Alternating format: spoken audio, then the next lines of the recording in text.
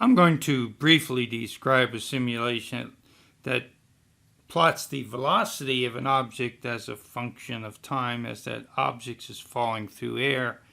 And the simulation allows you to pick among several objects or to make a custom one where you control the mass, the cross-sectional area, and the drag coefficient.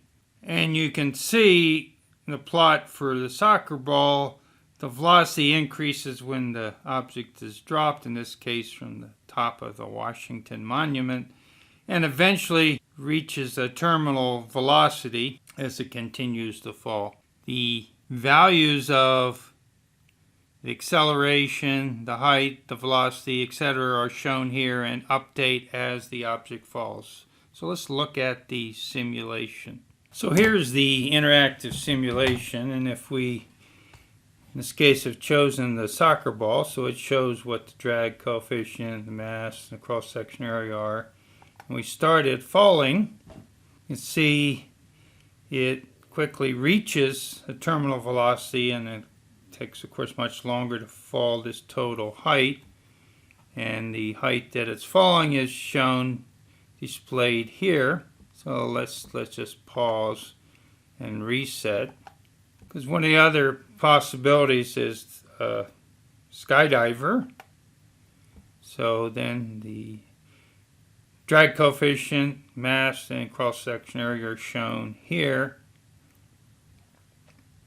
And now we start falling.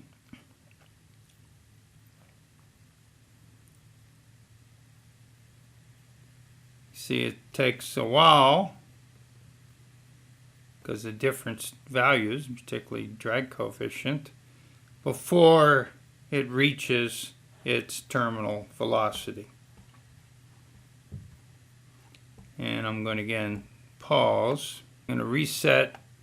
Now we can also look at this and just make everything go faster just by increasing the animation speed instead of real time. We'll just have it fall 3.3 times faster in real time so we can see the behavior more quickly. And we reset. One more is a parachute. And again, let's speed it up. And notice it very quickly because the drag from the chute, it very quickly reaches its terminal velocity.